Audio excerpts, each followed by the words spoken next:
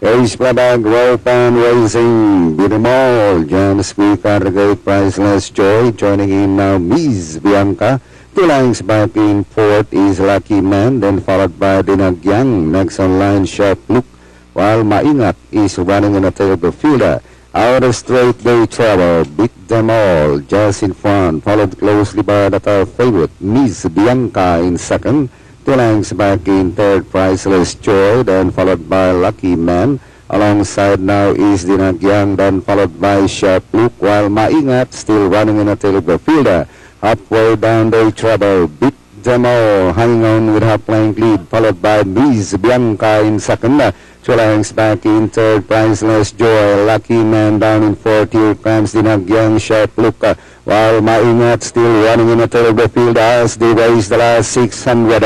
It's now Miss Bianca from the outside, followed by Beat Them All, and here comes Priceless Joy coming closer now in third as they swing for home. Miss Bianca with a line cut half. Priceless Joy now from the outside and running in third. Beat Them All, Miss Bianca still in front and running in second. Priceless Joy and Beat Them All. Dinagyang racing forward, but still Miss Bianca winning this race about 2 over Priceless Joy.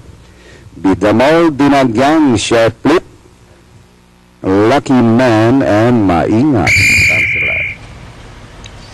Numero 6, Miss Bianca, an official winner dito sa ating ikalawang karera na. Segundo, numero 4, Priceless Joy.